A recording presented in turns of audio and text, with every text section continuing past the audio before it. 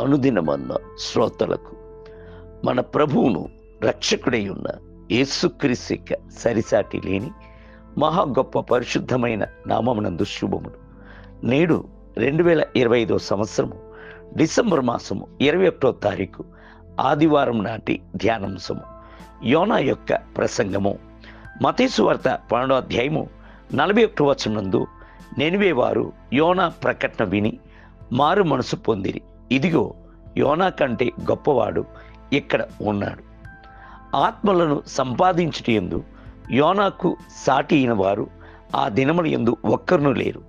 యోనా యొక్క ఒక్క ప్రసంగము నినివే పట్టణమునందు గల అంతమందిని మారు మనసు పొందినట్టు చేసింది.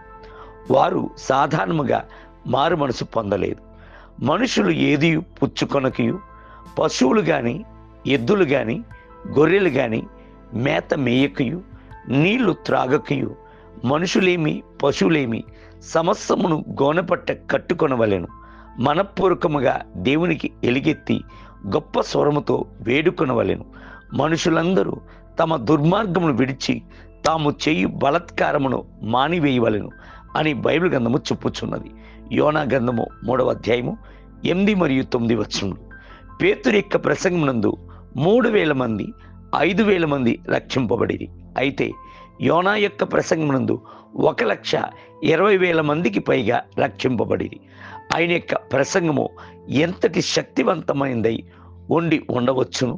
కానీ యోనా జనులు మారు మనసు పొందుటను గూర్చి సంతోషపడలేదు.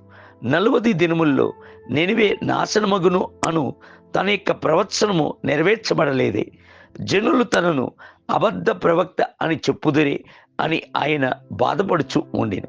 సుమిత్ మికిల్స్వర్త్ అను భక్తుడు 20వ శతాబ్దం నందు అత్యధికమైన అద్భుతములు చేసినవాడు. మృతులైన 23 మందిని సజీవంగా లేపెను.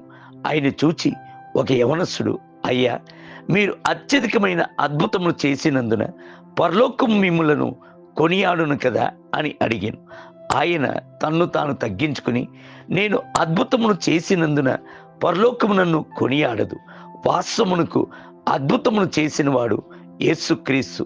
అయితే నేను ఆత్మల సంపాద్యము చేసినందున పరలోకము నన్ను కొనియాడును అని చెప్పాను. మనలో ప్రతి ఒక్కరును పరలోకమునకు వెళ్ళుచున్నప్పుడు అక్కడ మీరు ఎన్ని దెయ్యములను వెళ్ళగొట్టిరి, ఎంతమంది వ్యాధిగ్రస్తులను స్వస్థపరిచిరి, ఎంతమంది కుంటివారు నడిచిరి అను ప్రశ్నలు లేవనే లేవదు. అయితే ఎన్ని ఆత్మలను సంపాదించిరి, ఎంతమందికి ఆదర్శవంతముగా జీవించి చూపించిరి, ఎంతమందితో మీ యొక్క జీవితము మాట్లాడిను, మీరు సజీవమైన పత్రికగా జీవించారా, దేవునికి చిత్తమును చేశారా అను సంగతిని పరలోకము చూడబోచున్నది. అవిధేయత అను పాపము నుండి యోనాకు కనికరము లభించెను. తనను కనికరించిన ప్రభు నినివే ప్రజలు కూడాను కనికరించవలెను అని ఆయన కోరుకొనలేదు. ఒక పట్టణమును నాశనం చేయుట సులువు, దుర్మార్గుని అగ్నికి గురి చేయుట సులువు. ఒక సొర చెట్టును ఒక పురుగు చేత ఒకే రాత్రిలో ప్రభు వాడిపోవు చేసెను.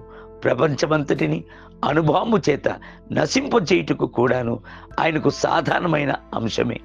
అయితే దుర్మార్గులను నీతిమంతులుగా చేయుట ఎంతటి అరుదైన గొప్ప అంశము.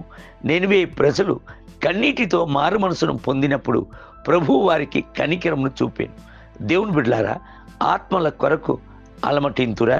నేటి ధ్యానమునకై నీవు కటాక్షమును, జాలియు, బహుశాంతమును, అత్యంత కృపగల దేవుడివై ఉండి పశ్చాత్తాపడి కీడు చేయక మానదు అని నేను తెలుసుకుని ఉన్నాను. యోనా గ్రంథము 4వ అధ్యాయము 2వ వచనం. నేటి వేద పఠనము ఉదయము మీకా గ్రంథము 4 మరియు 5 అధ్యాయములు, సాయంత్రము ప్రకటన గ్రంథము 12వ అధ్యాయము. ప్రభు ఈ పునరుద్ధానపు దినమునందు మిమ్ములను ధారాళముగా దీవించునుగాక.